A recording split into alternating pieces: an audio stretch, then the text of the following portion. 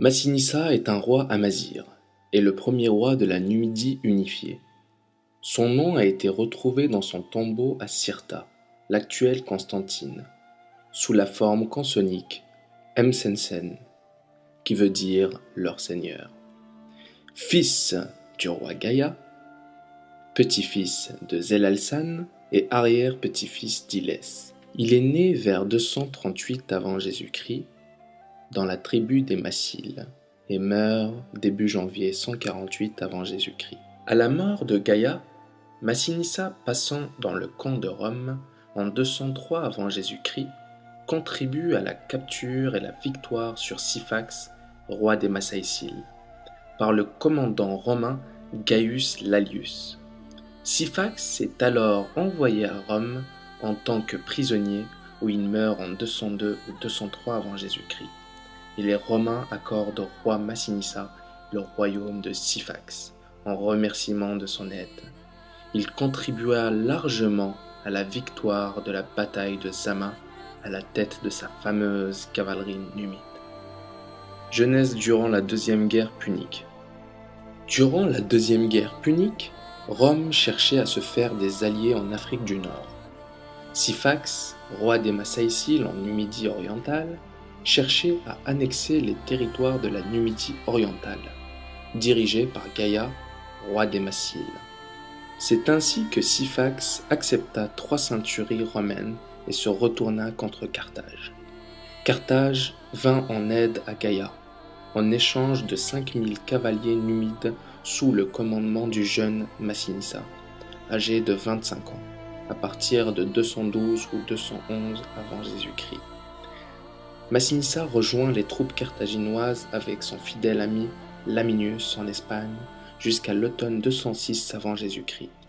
Il remporta une victoire décisive contre Syphax et mena avec succès une campagne de guérilla contre les Romains en Ibérie.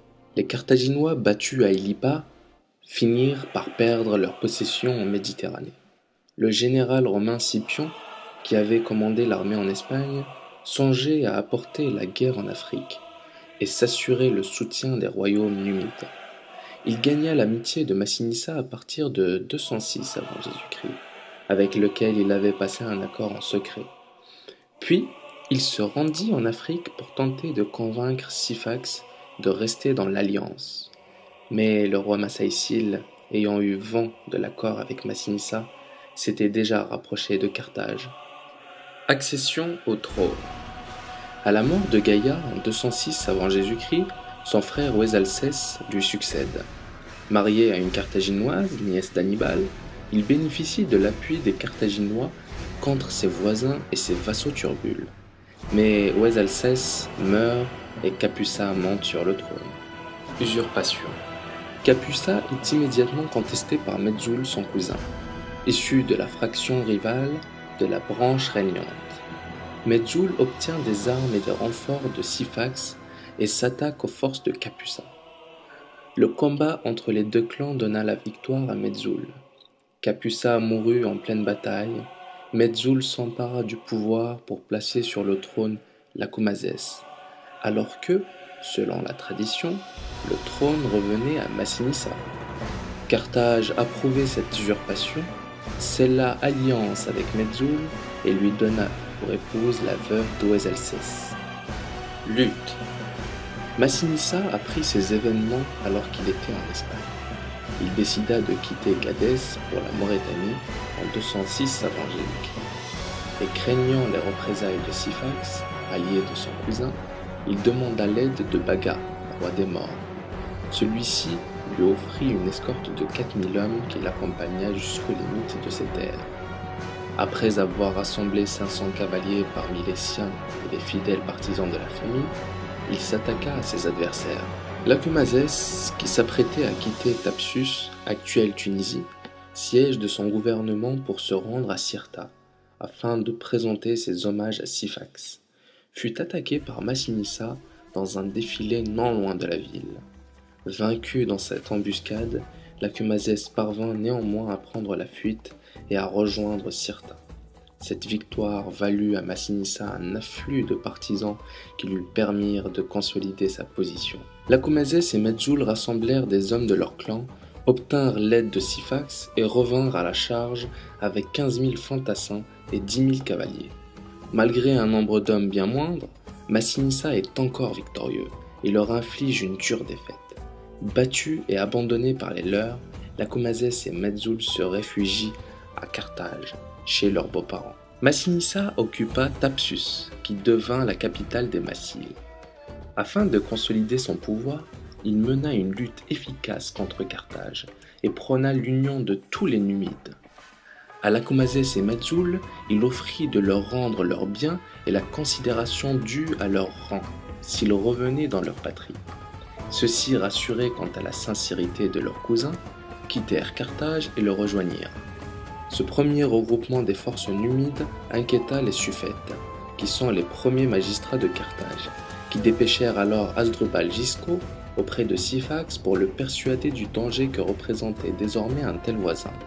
Syphax prétexta alors une vieille querelle concernant des territoires qu'ils avaient autrefois disputés à Gaïa pour attaquer Massinissa et le contraindre à épuiser ses faibles moyens.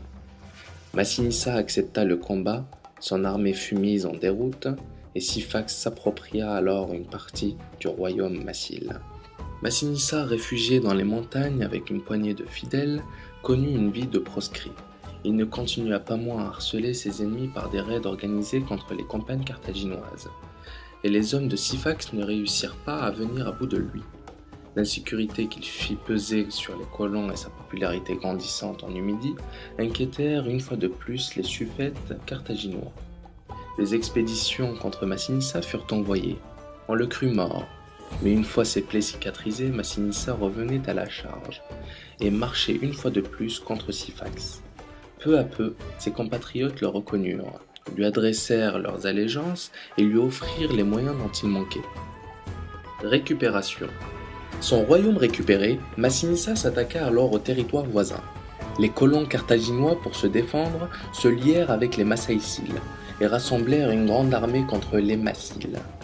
Syphax était à la tête d'un vaste royaume, et sa guerre contre Massinissa ne lui procura que plus de prestige encore. Satisfait de sa victoire, qui ne sera guère durable, Syphax s'accorde en dot en mariage de la belle Sophonisbe et les territoires qu'ils avaient usurpés à Gaïa. Tout cela se déroula en 205 avant Jésus-Christ, moins d'un an après le retour d'Espagne de Massinissa. Sophonisbe. Sophonisbe est la fille d'Hasdrubal Gisco, général carthaginois. Célèbre pour sa beauté, elle épousa Syphax sur ordre de son père, afin de sceller une alliance entre Carthaginois et Numides. Elle fut auparavant fiancée à Massinissa.